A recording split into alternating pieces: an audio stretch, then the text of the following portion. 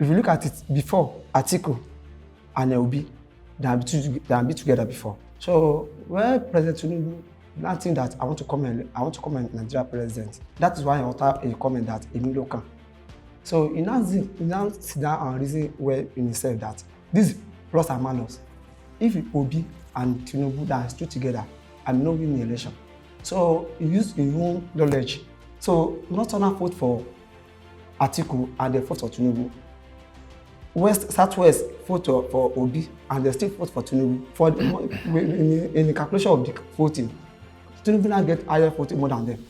So I don't see anything wrong in the election there. At the last 2023 general election, I think there are issues that colored the election. Particularly, there are tribal, there are religious issues, and of course, there are other real issues that were downplayed. And obviously, as Nigerians, we hype more on the issues that are quite emotional to us. But to understand this is to really look at everything in context. Nigeria as a country, from 1960 to date, we are a unique set of people.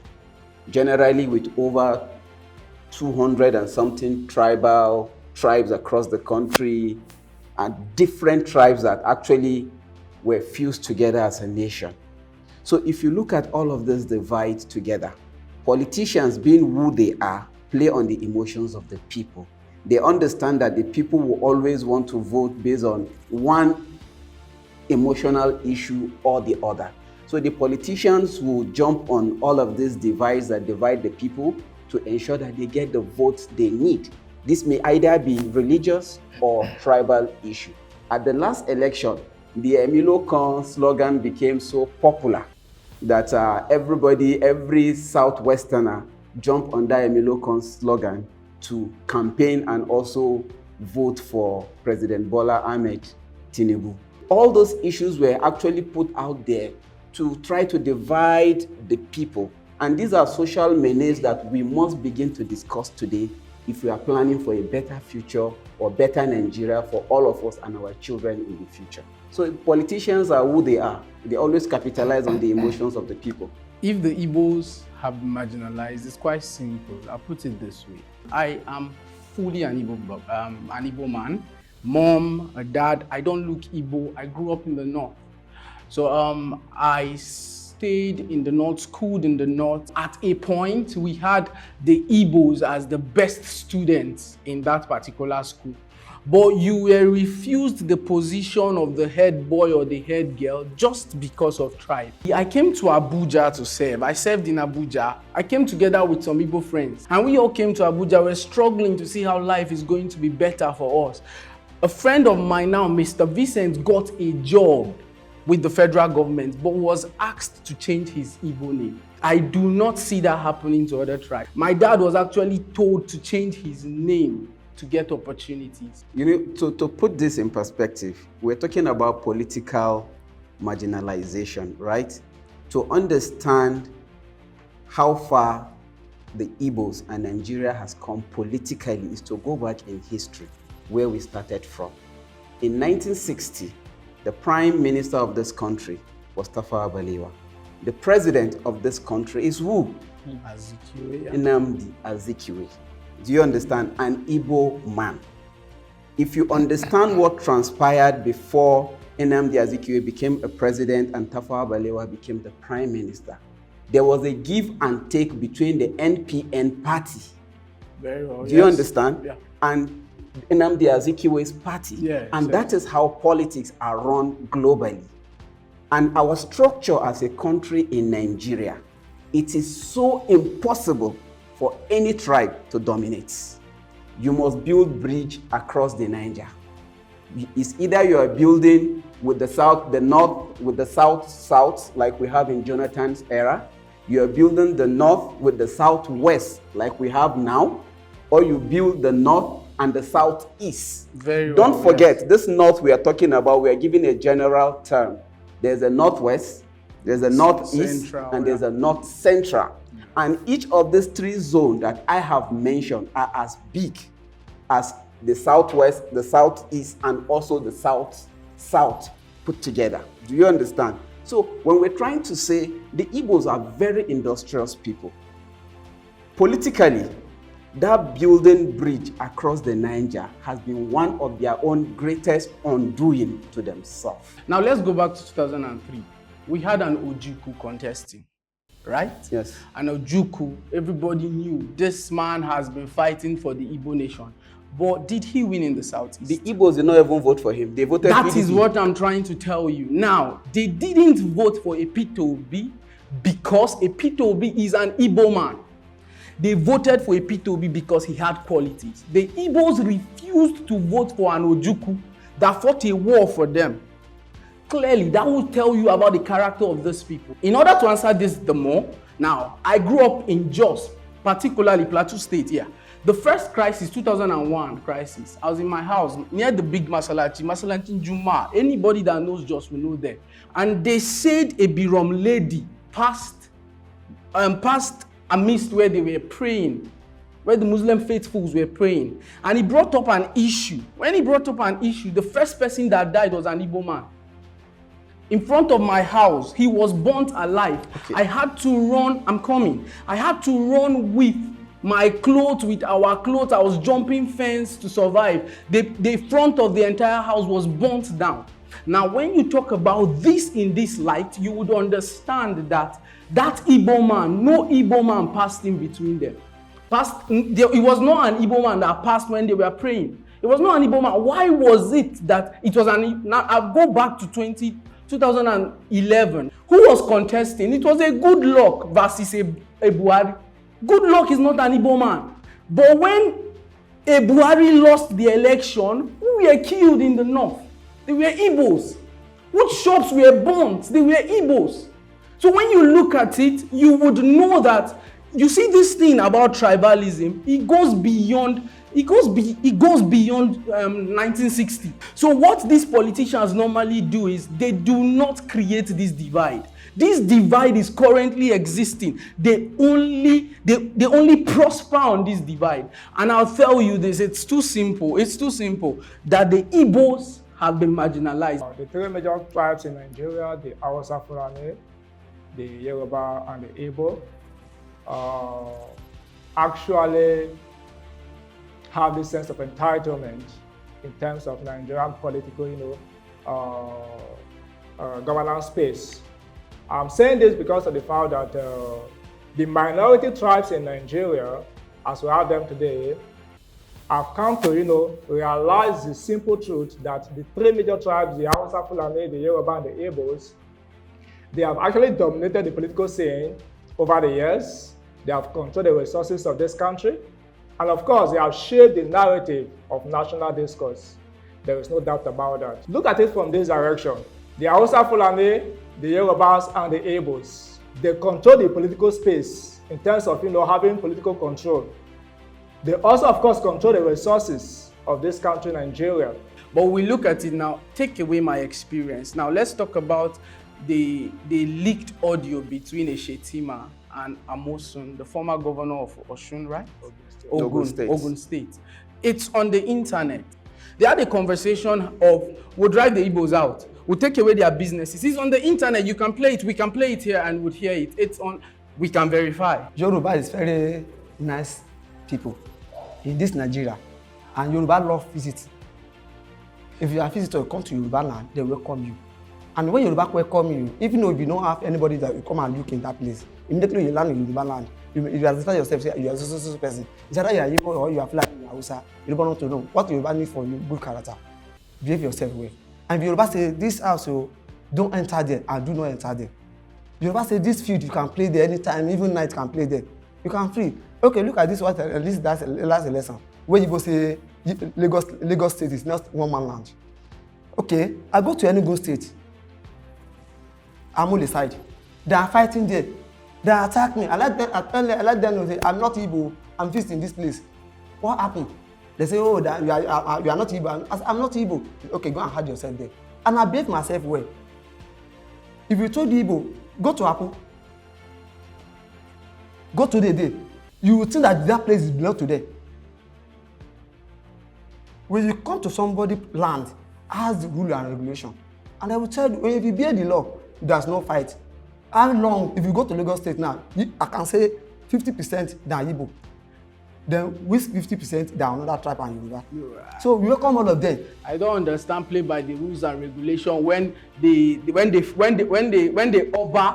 Oba years back he's saying he's going to throw people into lagoons. My brother. I'm coming. I don't understand play by rules. I don't understand play by rules and regulation when, okay, a Jimmy Abaje that is not an Igbo man, that does not have anything to do with the Igbos.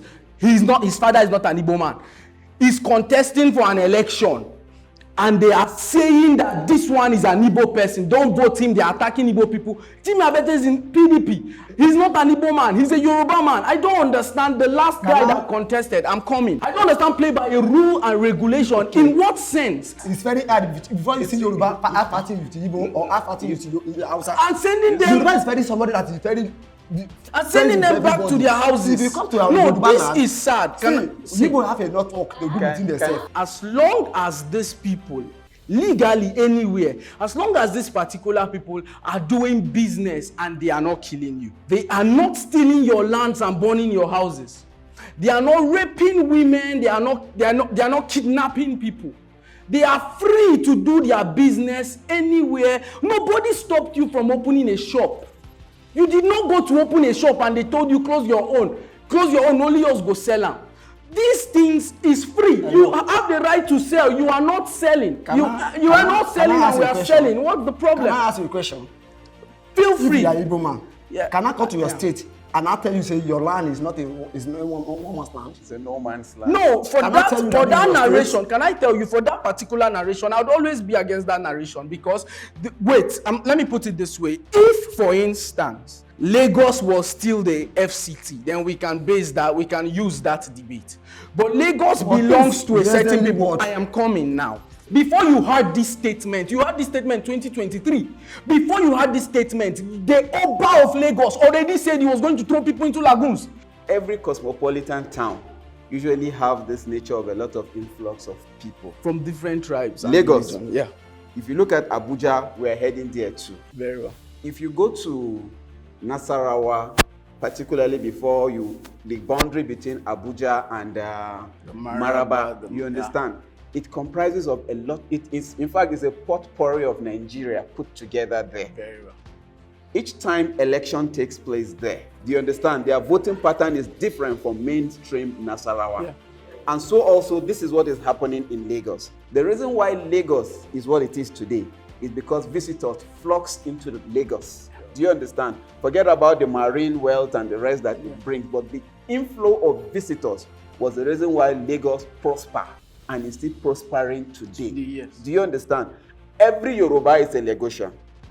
But when it comes to contest election, you remember that he's from Ogun. Ogun or Osun. Or Osun. Yeah. We used to have an Aregbesola who was a minister under Tinubu. Yes. But he went to contest election in Osun as governor and won.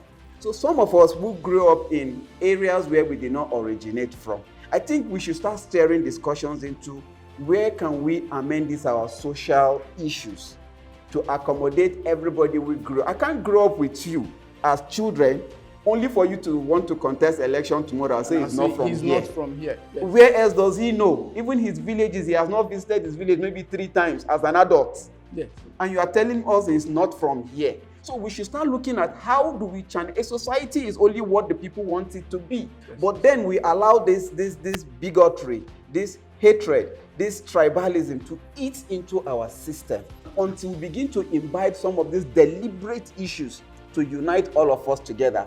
Nigeria will never have peace. Colonialism has actually fueled the tribalism in Nigeria. If you look at this historical evolution, when the colonial masters came into Nigeria, before Nigeria became or got our independence, the colonial masters, of course, divided or polarized the different ethnic groups that they met, in Nigeria along economic interests, social interests, and what have you. So, giving such attitude from the colonial masters, all of such eventually played down the line to even our present days of political relationship among the different ethnic groups in Nigeria. It was a seed they planted for them to be able to rule effectively. They actually had to plant this divide.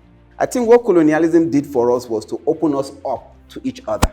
Open the north to the south to the north. Do you understand?